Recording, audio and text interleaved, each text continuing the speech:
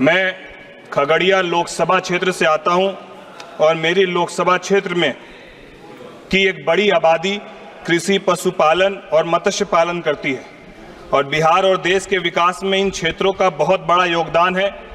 इस क्षेत्र के बेहतर विकास के लिए सरकार ने डिपार्टमेंट ऑफ फिशरीज को 2616 करोड़ और department of animal husbandry and dairy को 4521 करोड़ रुपए दिए हैं। ये हमारे लिए गर्व का विषय है कि इतने महत्वपूर्ण मंत्रालय की जिम्मेदारी हमारे ही बिहार के अभिभावक आदरणीय राजीव रंजन सिंह जी को दी गई। इसके लिए मैं हमारे प्रधानमंत्री जी का भी धन्यवाद करता हूं। इस बजट में नमस्कार, आप लाइव सिटीज देख रहे हैं। मैं हूं आपके साथ काव्या। आज सदन में मत्स्य एवं पशुपालन और डेयरी विभाग को लेकर चर्चा हो रही है और इस चर्चा पे जब खगड़िया से सांसद राजेश वर्मा खड़ा होते हैं बोलने के लिए, तो उन्होंने कहा कि सबसे पहले तो मैं इस विभाग को लेकर, इस विभाग के बजट को लेकर कुछ सुझाव देना चाहता हूं। साथ ही उन्होंने प्रधानमंत्री जी को धन्यवाद दिया है और कहा है कि आपने मेरे अभिभावक स्वरूप ललन सिंह को जो है इस विभाग को दिया, इसके लिए उन्होंने धन्यवाद कहा है। और साथ ही इस विभाग को लेकर उन्होंने सुझाव दिया है कि क्या कुछ इसमें बदलाव होना चाहिए। सबसे पहले आप राजेश वर्मा को सुने कि वो क्या कुछ कह रहे हैं। राजेश वर्मा जी।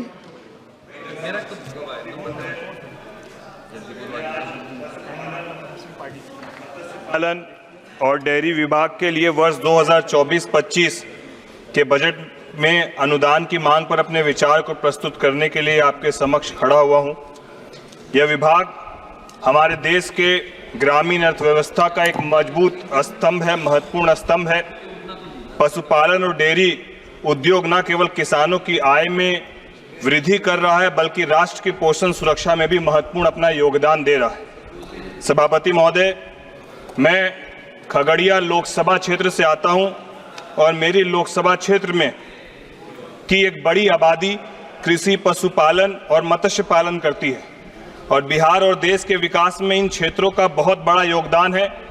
इस क्षेत्र के बेहतर विकास के लिए सरकार ने डिपार्टमेंट ऑफ फिशरीज को 2616 करोड़ और department of animal husbandry and dairy को 4521 करोड़ रुपए दिए हैं। ये हमारे लिए गर्व का विषय है कि इतने महत्वपूर्ण मंत्रालय की जिम्मेदारी हमारे ही बिहार के अभिभावक आदरणीय राजीव रंजन सिंह जी को दी गई। इसके लिए मैं हमारे प्रधानमंत्री जी का भी धन्यवाद करता हूं। इस बजट में कई महत्वपूर्ण योजनाएं और परियोजनाओं के लिए वित्तीय प्रावधान किए गए हैं। Livestock health and disease control programme के लिए 2465 करोड़ रुपए का प्रावधान है, जो राज्य सरकारों को टिकाऊ पशु स्वास्थ्य सुनिश्चित करने के लिए केंद्र सहायता प्रदान करेगा। इंफ्रास्ट्रक्चर डेवलपमेंट फंड के तहत 370 करोड़ रुपए का प्रावधान है, जो दूध के प्रोसेसिंग और चिलिंग इंफ्रास्ट्रक्चर और गांव स्तर पर मिल्क एडल्ट्रेशन टेस्टिंग उपकरणों के लिए है। राष्ट्र गोकुल मिशन के तहत 700 करोड़ रुपए का प्रावधान है, जिसका उद्देश्य देसी नस्लों के संरक्षण और विकास को वैज्ञानिक और समग्र तरीके से करना है। डेयरी डेवलपमेंट कार्यक्रम के लिए 371 करोड़ रुपए का प्रावधान किया गया है, जो विभिन्न दुग्ध संघों और राज्य दुग्ध संघों को मंजूर परियोजनाओं के लिए वितरित किया जाएगा।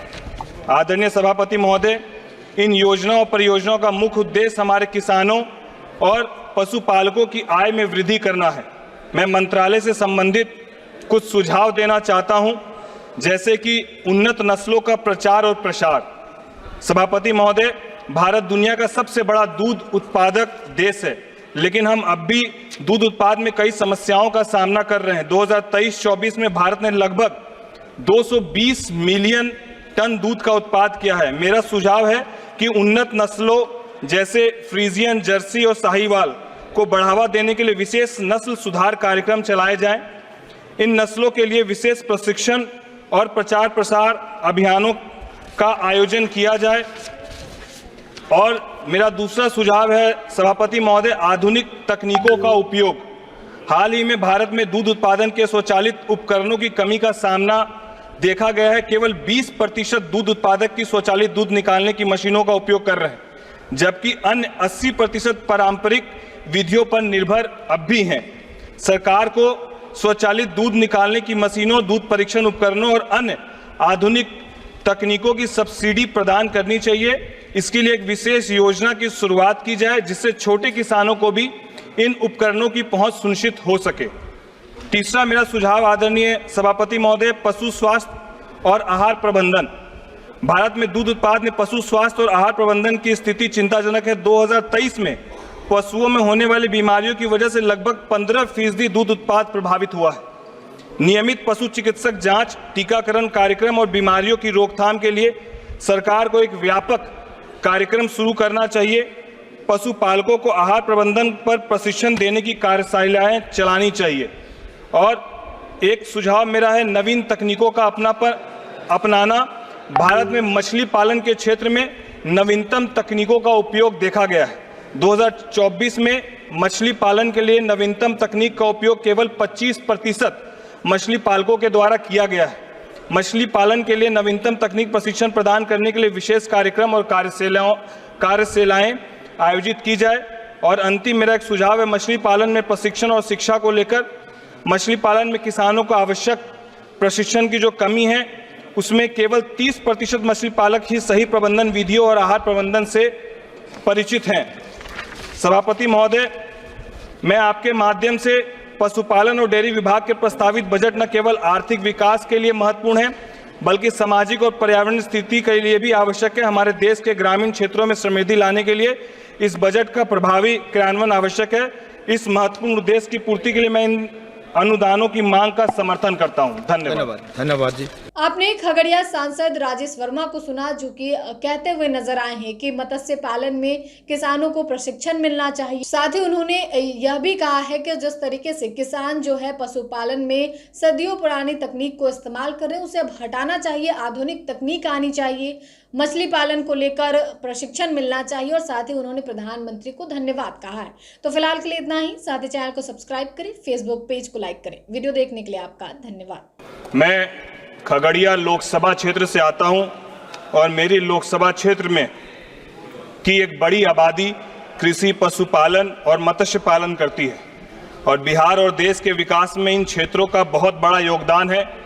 इस क्षेत्र के बेहतर विकास के लिए सरकार ने डिपार्टमेंट ऑफ फिशरीज को 2616 करोड़ और department of animal husbandry and dairy को 4521 करोड़ रुपए दिए हैं। ये हमारे लिए गर्व का विषय है कि इतने महत्वपूर्ण मंत्रालय की जिम्मेदारी हमारे ही बिहार के अभिभावक आदरणीय राजीव रंजन सिंह जी को दी गई। इसके लिए मैं हमारे प्रधानमंत्री जी का भी धन्यवाद करता हूं। इस बजट में